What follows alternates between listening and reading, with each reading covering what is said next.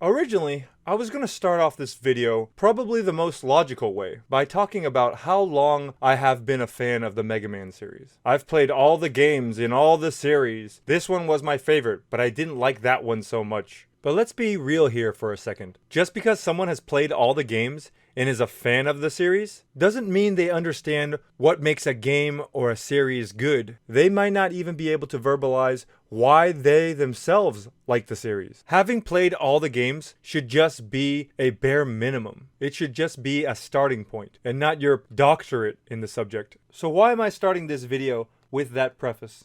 Plain and simple, I don't think a lot of people know how the design of the original Mega Man games made them so fun. Or the other option is, there's a lot of people who don't remember how Mega Man actually was. They've been getting into the member berries, and they have rose-colored glasses when they look back on nostalgia. Cause Mighty No. 9 is absolutely a faithful recreation and evolution of the series. So for those who are listening, this is why you should care about Mighty No. 9.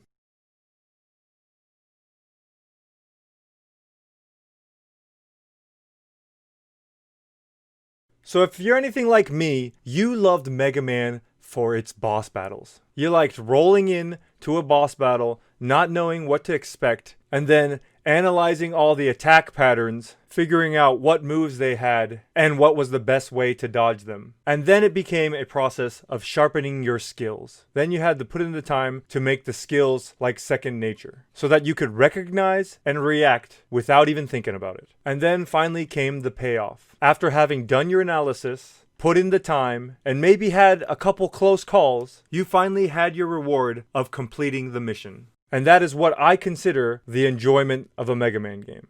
A rinse and repeat cycle of Twitch-based skill progression. So if you view the game from those terms, then absolutely, Mighty No. 9 is Mega Man in every sense. Sure, there are a couple questionable design choices. There are a couple cringe-worthy sequences. Probably the worst thing about the game is the fact that you can select any level from the get-go. There are a couple levels that are immensely harder than the others, and one that is insanely more confusing. But again, going back to my original argument, wasn't that how the old Mega Mans were? If we take Mega Man 2 as an example, it's one of the most beloved games in the franchise. If I show you a picture of the level selection, all of you are going to be able to tell me which bosses were more difficult and which levels were more easy. So again, the Mega Man comparisons hold true.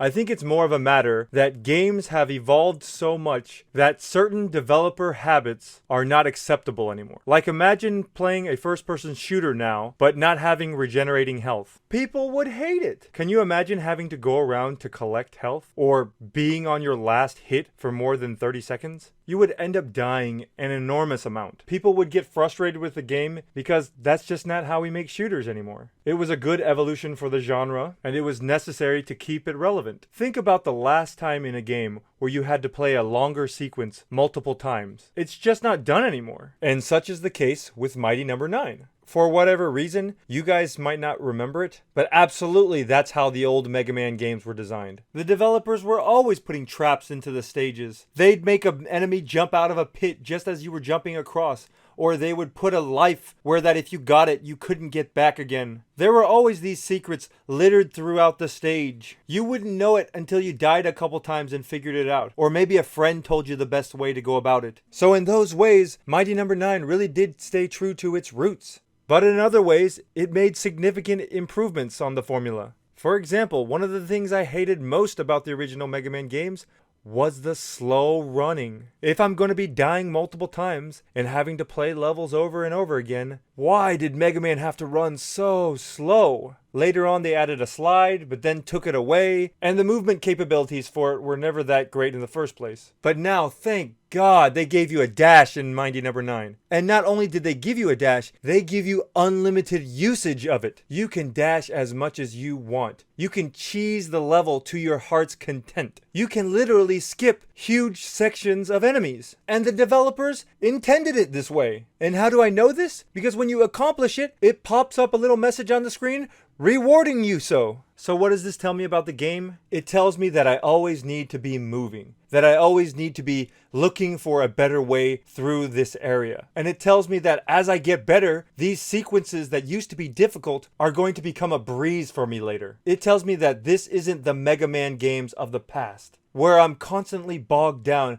by enemy placement. My level of skill is going to determine how quickly I get through these situations. Just take a look at the dash capture mechanic in the game and what it's trying to do. I think a lot of players are going to be turned off because, yes, it's asking you to do one extra thing. This bad guy should be dead, but yet I have to go capture them or else they come back again. But because of such a system, you're not just mindlessly firing out into space. You have to plan your attacks and manage your strategies, especially in the middle of boss battles. It sucks to do all that work and then lose it all because you didn't manage your dash correctly. But I promise you, when it does click and you get that boss down to its last hit point and you set up the dash perfectly and the game slow motions down to let you savor that moment of triumph, it is such a rewarding feeling.